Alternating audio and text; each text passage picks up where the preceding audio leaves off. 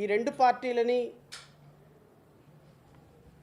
శాసిస్తూ రాష్ట్రంలో పరిపాలనని కేంద్రం నుంచి మానిటర్ చేస్తున్నటువంటి భారతీయ జనతా పార్టీ అధికార ప్రతినిధిని ఈ ముగ్గురు పార్టీలు కలిసి ఉమ్మడిగా రిలీజ్ చేసినటువంటి మేనిఫెస్టోని మరొక్కసారి నేను మీడియా సాక్షిగా రాష్ట్ర ప్రజలకు చూపించే ప్రయత్నం చేస్తా. అయితే దీనిపైన చాలా తరో ఎక్సర్సైజ్ చేశాం. ఒక పక్కన తెలుగుదేశం పార్టీ, జనసేన ఇద్దరు కూడా కూర్చొని తరో ఎక్సర్సైజ్ చేసిన తర్వాత బీజేపీ సూచనలు కూడా కొంతవరకు తీసుకొని మేము ముందుకెళ్ళాం. ఎందుకంటే వాళ్ళు అక్కడ ఎన్డీఏ నేషనల్ స్థాయిలో మేనిఫెస్టో ఇచ్చారు, కానీ రాష్ట్ర స్థాయిలో ఎక్కడ కూడా మేనిఫెస్టోతో వాళ్ళు అసోసియేట్ కావడం లేదు. అయితే దీనికి పూర్తి సహకారం అందిస్తారనే ప్రగాఢ విశ్వాసం, అదే మరి నమ్మకం. అందుకే వారు కూడా వ్యక్తిగతంగా వచ్చి ఎండార్స్ చేయడానికి వారు ముందుకు వచ్చారు. కాబట్టి కేంద్ర సహకారం మెండుగా ఉంటుంది, పూర్తిగా ఉంటుంది. అదేవిధంగా ఈ యొక్క మేనిఫెస్టోను అమలు చేసే బాధ్యత జనసేన, తెలుగుదేశం రెండు పార్టీలు తీసుకుంటాం. గౌరవ ముఖ్యమంత్రి చెప్పినటువంటి మాటలు వ్యక్తిగతంగా ఈ మేనిఫెస్టోని అమలు చేసేటువంటి బాధ్యత జనసేన, తెలుగుదేశం పార్టీ ఉమ్మడిగా తీసుకుంటున్న కారణంగా ఈ మేనిఫెస్టో 5.5 కోట్ల మంది రాష్ట్ర ప్రజలకి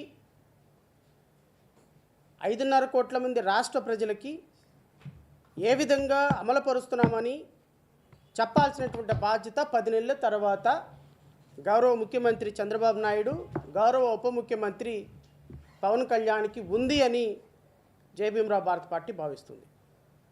అయితే మేనిఫెస్టో అంటే ఏంటి ఆ మేనిఫెస్టో? ఆ మేనిఫెస్టోలో చెప్పినటువంటి అంశాలు ఏంటి? మేనిఫెస్టోలో రాష్ట్ర ప్రజలకి చేసినటువంటి వాగ్దానాలు ఏంటి అనే దాని మీద నేను ఇంకొక సుదీర్ఘంగా చెప్పేటువంటి ప్రయత్నం చేస్తా. ఎందుకంటే పాపం తెలుగుదేశం పార్టీ ముఖ్యమంత్రి, కూటమి ముఖ్యమంత్రి చంద్రబాబు నాయుడు గారు చేసినటువంటి వాగ్దానాలను మర్చిపోవటంలో వరల్డ్ రికార్డు మరొకసారి తన రికార్డుని తనే బద్దలు కొట్టుకున్నారు. ఎందుకంటే ఆయన రాష్ట్రంలో ఇప్పటి వరకు 14 సంవత్సరాలు ముఖ్యమంత్రిగా పనిచేశాను అని ముఖ్యమంత్రిగా పనిచేసిన ప్రతి సందర్భంలోనూ కూడా రాష్ట్ర ప్రజలకు ఇచ్చినటువంటి మాటలను తప్పటంలో తన రికార్డుని తనే బద్దలు కొట్టుకుంటా ఈ రాష్ట్రంలో, ఈ దేశంలో ఒక మంచి రికార్డు సృష్టించారు మనకి. బహుశా చంద్రబాబు నాయుడు గారి పేరు మీద ఇంకో రికార్డు ఉంది. ఏంటి అంటే భారతదేశంలో ఉన్నటువంటి 29 రాష్ట్రాల్లో అండ్ కేంద్రపాలిత ప్రాంతాలతో సహా ప్రపంచంలోనే బహుశా ముఖ్యమంత్రి, భారతదేశం అనుకుందామండి, ప్రపంచంలో ముఖ్యమంత్రులు ఉండరు, కానీ భారతదేశంలో ఉన్నటువంటి అత్యంత సంపన్నమైనటువంటి ముఖ్యమంత్రుల్లో నెంబర్ 1 ముఖ్యమంత్రి మన ముఖ్యమంత్రి చంద్రబాబు నాయుడు గారు. సంపన్నమైనటువంటి ముఖ్యమంత్రి, ఇది అఫీషియల్గా ఆయన డిక్లేర్ చేసిన అసెట్స్ని చూసుకుంటే ఇంత సంపన్నమైనటువంటి ముఖ్యమంత్రి, వరల్డ్ రికార్డు సాధించిన ముఖ్యమంత్రి, ఇంకో వరల్డ్ రికార్డు కూడా ఉంది. ఏమంటే ఇచ్చిన హామీలని మర్చిపోవటంలో మరొక వరల్డ్ రికార్డు. తన రికార్డుని తనే, హుసేన్ బోల్ట్ ఎలా అయితే తన రికార్డుని తనే బద్దలు కొట్టుకొని వెళ్ళిపోతాడో, అదేవిధంగా చంద్రబాబు నాయుడు గారు కూడా తను మాట్లాడినటువంటి మాటలు, ఇచ్చినటువంటి హామీలని బద్దలు కొట్టుకొని తన రికార్డుని తనే బద్దలు కొట్టుకొని ప్రజలను మోసం చేయడంలో వరల్డ్ రికార్డు మీద వరల్డ్ రికార్డు సృష్టించుకుంటూ వెళ్ళిపోయేటువంటి ఘనాపాటి మన ముఖ్యమంత్రి చంద్రబాబు నాయుడు గారు. ముఖ్యమంత్రి చంద్రబాబు నాయుడు గారు అగ్ని అయితే దానికి గాలి తోడైనట్టుగా గౌరవ ఉప ముఖ్యమంత్రి పవన్ కళ్యాణ్ ఆయన ఇంకో ఆయన జాయిన్ అయ్యాడు. ఇక వీళ్ళిద్దరూ చూడండి రాష్ట్రాన్ని దహించి పడేస్తున్నారు. అగ్నికి గాలి తోడైనట్టుగా, అగ్నికి ఆజ్యం తోడైనట్టుగా మన ఉప ముఖ్యమంత్రి పవన్ కళ్యాణ్ గారు అసలు అద్భుతమైనటువంటి ప్రసంగాలతో ఊదరగొట్టినటువంటి ముఖ్యమంత్రి గారు వీళ్ళిద్దరు చివరికి రాష్ట్రాన్ని తీసింది ఏందా అంటే పెద్ద గుండు 10 నెలల తర్వాత ఈ రాష్ట్రంలో. నేను అవన్నీ వివరిస్తా, రాష్ట్ర ప్రజలకు వివరిస్తా. ఎందుకంటే సరే కొత్తగా వచ్చింది రాష్ట్ర ప్రభుత్వం, ఆ రాష్ట్ర ప్రభుత్వాన్ని మరలా విమర్శిస్తే ఇమ్మెచ్యూర్డ్గా ఉంటుంది, ప్రీమెచ్యూర్గా ఉంటుంది. అప్పుడే విమర్శ చేస్తే ప్రజలు అరే కూటమి ప్రభుత్వం వచ్చి 10 నెలలే కదా అయింది, నెలే కదా అయింది, 2 నెలలే కదా అయింది, మరి ఇంత తొందరలోనే విమర్శ స్టార్ట్ చేస్తే కరెక్ట్గా ఉంటుందా లేదా అనేటువంటి కొంత మీమాంసలో నేను కూడా ఉన్నాను, మా పార్టీ కేడర్ కూడా ఉంది. కానీ ఇక వదిలే ప్రసక్తే లేదు. ఖచ్చితంగా నేను కూటమి ప్రభుత్వంలో ఉన్న పెద్దలందరికీ చెప్తున్నా, ఈ దేశంలోనే అత్యంత నిజాయితీగా నిష్కల్మషంగా ఉండేటువంటి వీర మహిళలకు చెప్తున్నా, జన సైనికులకు చెప్తున్నా, ప్రపంచ రాజకీయ చరిత్రని మార్చడానికి మరొక పవన్ కళ్యాణ్ గారు వారి ఎవరెవరినో తీసుకొస్తూ ఉంటారు, వారందరినీ ఆదర్శంగా తీసుకున్నటువంటి ప్రపంచ రాజకీయాలను మార్చాలనుకున్న గౌరవ పవన్ కళ్యాణ్ గారికి కూడా చెప్తున్నా, మీరు మాటలు చెప్పి మాయ మాటలు చెప్పి మోసపూరితమైన మాటలు చెప్పి అధికారంలోకి వచ్చిన మీరు చెప్పినటువంటి ప్రతి మాటని తూచా తప్పకుండా ప్రజల కోసం అమలు జరిపి చేరాల్సిందే.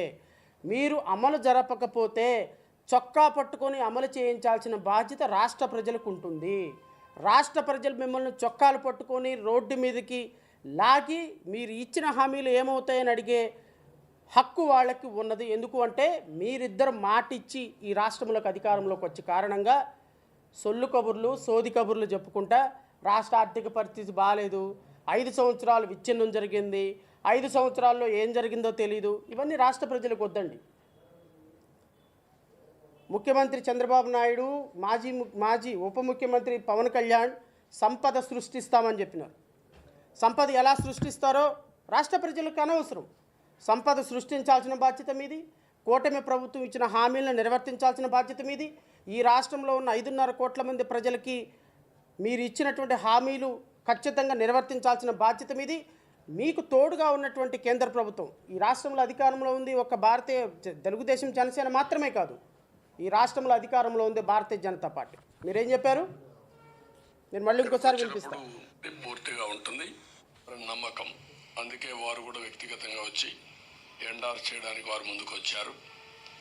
కాబట్టి కేంద్ర సహకారం మెండుగా ఉంటుంది, పూర్తిగా ఉంటుంది. నేను ముఖ్యమంత్రి చంద్రబాబు నాయుడు గారిని అడుగుతున్నా, మీ మేనిఫెస్టో అమలుకి కేంద్రం చేసినట్టు సహకారం ఏంటి?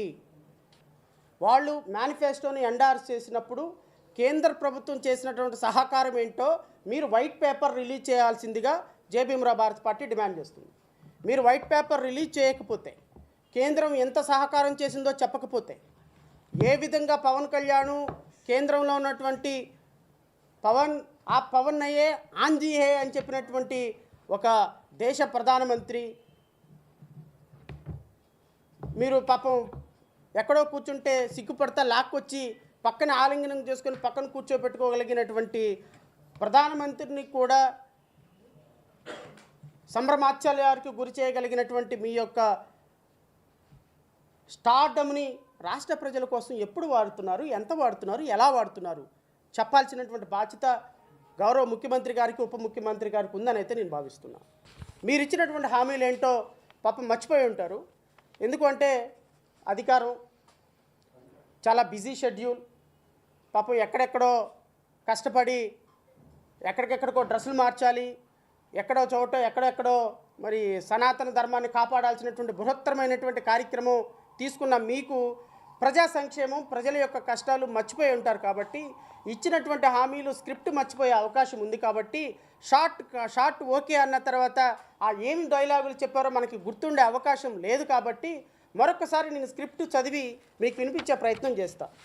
గౌరవ ఉప ముఖ్యమంత్రి గారు, గౌరవ ముఖ్యమంత్రి గారు, గౌరవ ఎడ్యుకేషన్ మినిస్టర్ గారు, వీరు ముగ్గురు కూడా కలిసి ఎండార్స్ చేసినటువంటి ఒక మేనిఫెస్టో బాబు షూరిటీ భవిష్యత్తుకి గ్యారంటీ. ఇవన్నీ పాత పేపర్లే, నేను మళ్ళీ చూపిస్తున్నానంటే ఇది చూసిన తర్వాతనే పాపం గజనీలకి షార్ట్ టర్మ్ మెమరీ ఉన్నటువంటి ముగ్గురికి